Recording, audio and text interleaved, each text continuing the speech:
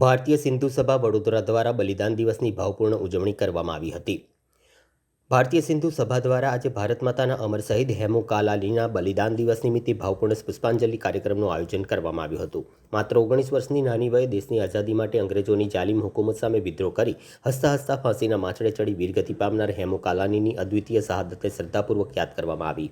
કહેવાય છે કે અંગ્રેજ શાસકો દ્વારા હેમુ કાલાનીને શરત મૂકવામાં આવી હતી કે જો તેઓ જાહેરમાં માફી માંગે તો ફાંસીની સજા માફ કરવામાં આવશે, પરંતુ વીર સપૂતે ગૌરવપૂર્વક જણાવ્યું કે હું મારા દેશ માટે એક વાર નહીં પરંતુ 1000 વાર ફાંસીના માછડે ચડવા તૈયાર છું।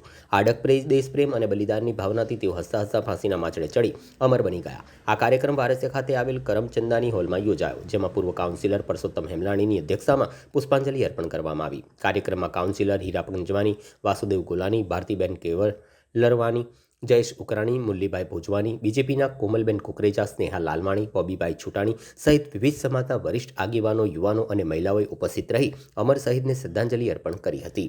કાર્યક્રમના અંતે ભારત માતા કી જયના ગગનભેદી નારાઓ સાથે દેશપ્રેમની ભાવના વધુ મજબૂત બની હતી। 21 જાન્યુઆરી આજે અમર શહીદ હેમુ કાલાણીનો બલિદાન દિવસ છે। આ બલિદાન દિવસ મનાવવા માટે અમે સૌ અહીંયા સિંધી સમાજના સૌ આગેવાનો અને બીજા સમાજના પણ આગેવાનો અહીંયા ભેગા થયા છે। અમર શહીદ હેમુ કાલાણી જે 1943માં અંગ્રેજોના જાલિમ અંગ્રેજોના સામે આઝાદીની ચળવળમાં એમને ફાંસી આપવામાં આવી હતી।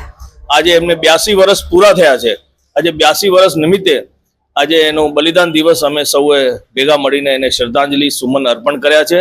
સૌ સમાજના વડીલોએ એમના જીવન વિશે, દેશની આઝાદી વિશે અલગ અલગ વિષયો એમના માટે લોકોને બતાવ્યા, જે લોકો આવ્યા હતા, અને સૌએ સિનિયર સિટીઝન, વેપારીઓ, ડોક્ટર્સ અને ઘણા બધા સમાજના આગેવાનો એમને શ્રદ્ધાંજલિ અર્પણ કરી છે।